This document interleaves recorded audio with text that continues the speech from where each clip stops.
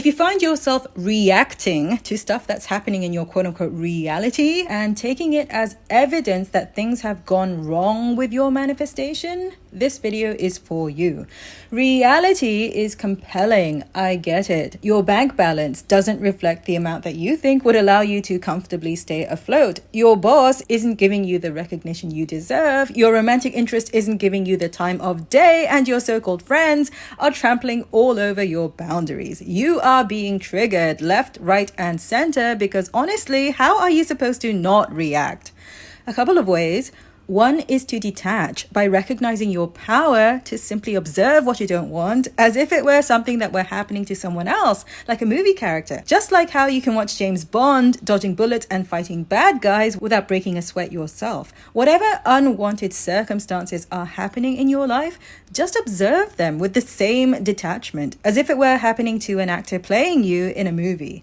Another way to detach and just observe is this.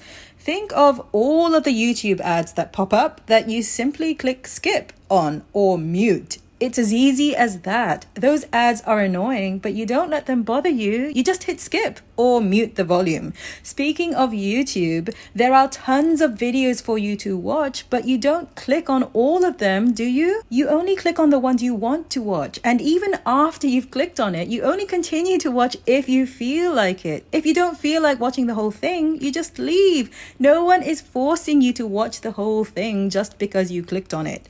Be selective about the things you pay attention to, just like you are selective about the videos you choose to watch on YouTube. Pay no attention to the things you don't want in your life and pay lots of attention to the things you do want in your life.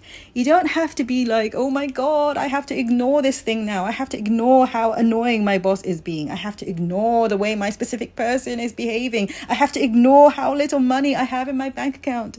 Because that's just you paying even more attention to it by making the effort to steer clear of it. You can accept your circumstances and at the same time feel excited about where you're headed. You can acknowledge where you are now while focusing on your destination. You don't have to keep focusing on where you are now. That's like staring at your feet while you're walking instead of looking where you're going. Here's what to do instead. Get excited, either about something you already have or something you can easily imagine. React positively, in other words, to what is. Whatever happens, give it a good meaning. And if that feels impossible, get off the topic completely and find something else to focus positively about. So for example, if the thing that is troubling you right now is your specific person not paying you the attention you would like, what you could think about that is still on the subject might be any time where they did treat you the way you wanted. Remember how good it felt. Or if you saw them treating someone else nicely, think of how nice it would be if that were you instead of being jealous. If that seems impossible and the idea of your specific person being nice to other people makes you sad and jealous, that actually says something about your self-worth and how you feel about yourself. You wouldn't feel that way if you knew without a doubt that you deserve to be loved and adored for who you are and that you do not crave or yearn for your specific person's attention. Stop listening to those songs with lyrics about how much you can't live without your lover. That idea might seem compelling, not to mention catchy, when sung by a talented singer, but you don't have to internalize it. How your specific person behaves wouldn't make you feel bad if you knew without a doubt that you are the prize. Your specific person wants you because you are fabulous and interesting and gorgeous and fun to be around. It always helps to have the attitude that you are the center of the universe, the main character in your own movie, and the universe is bending over backwards to please you. You are the main character. You are the star in your own movie. You are not a supporting character. Focus on everything in your life that you love. If you keep coming back to the subject that is bugging you, find some way to give it a good meaning. If your specific person doesn't text you like you hoped he would and it's driving you crazy, that's probably because you're immediately assuming and jumping to the conclusion that you manifesting a steady relationship with him isn't working. I don't care if he promised to text you. I don't care whatever reason you think you have that he should have behaved a certain way. Your buttons have been pushed. Your goat has been gotten. You have been triggered big time. You know you have, because you're going, oh my God, I must be doing something wrong. I am so bad at this. Why isn't he behaving the way I want him to? And before you know it, you are spiraling and questioning your ability to do anything. And you don't have to allow that to happen. You are the main character in your own movie. Remember? What kind of movie are you starring in? Does it have a happy ending? It's your movie. How does it go? If you say things are going terribly, things aren't working out, oh my God, I feel so desperate and hopeless, then guess what? That's what you attract and manifest into your real life experience. If you can't get your mind off of your specific person, find some way to tell the story the way you want it to unfold. Whatever happens, give it a good meaning. He didn't text? Good! He's busy with something exciting and he's going to tell you all about it the next time he texts or calls, or even better, when the two of you get together and catch up. Maybe he got promoted at work, or maybe he's been secretly planning a wonderful surprise just for you. Whatever it is, you're going to find out eventually, so it's all good.